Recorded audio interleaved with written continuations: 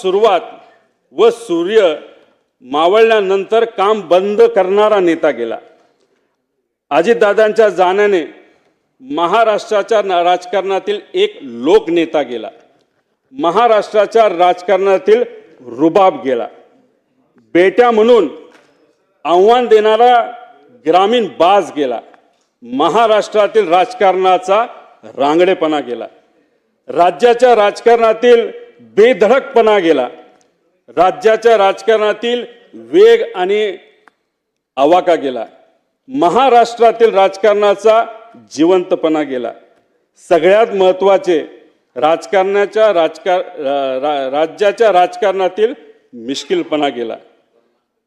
अजितदादा पवार नावाचा जादूगार हसवत हसवत संबंध महाराष्ट्राला निशब्द करून गेला। मला ते म्हणायचे की रोहित तुझ्या झिपऱ्या वाढल्यात, जरा झिपऱ्या कमी कर।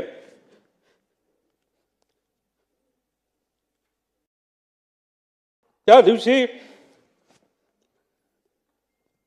एक आदरांजली म्हणून तिथं मी माझे केस कापले। ते मला म्हणायचे तू जरा शारीरिक वजन वाढले, तू जरा शारीरिक वजन कमी कर पण राजकीय वजन वाढव।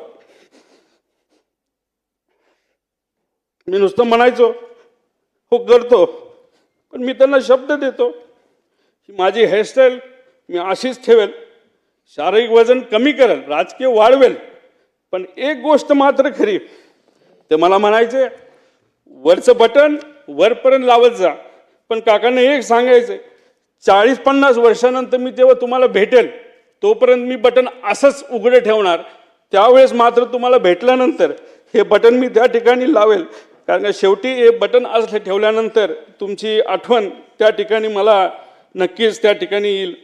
पण एक गोष्ट अजून आहे, 40-50 वर्षांनी जेव्हा अजित काकांची माझी भेट होईल तेव्हा हा माझा लढा जो मी आत्ता त्या ठिकाणी लढत आहे आणि अख्खा महाराष्ट्र त्या ठिकाणी लढत आहे, तेव्हा अजित काकांसमोर ताट मानेले मी तिथं उभा राहील आणि नक्कीच माझे काका माझ्या पाठीवर हात ठेवून म्हणतील लढलास बरं का। आणि या गोष्टी ऐकण्यासाठीच हा जो छोटासा लढा पण महत्त्वाचा लढा त्या ठिकाणी मी व सर्वांनी तिथं हातात घेतलाय तो पूर्ण केल्याशिवाय राहणार नाही। आणि दादांच्या अपघातात जो कोणी जबाबदार असेल, जो कोणी दोषी असेल त्याला तुरुंगात टाकल्याशिवाय आणि शिक्षा दिल्याशिवाय आम्ही तर त्या ठिकाणी शांत बसणार नाही। तो कितीही मोठा असला आणि कुणी काय असलं तरी आम्ही घाबरणार नाही।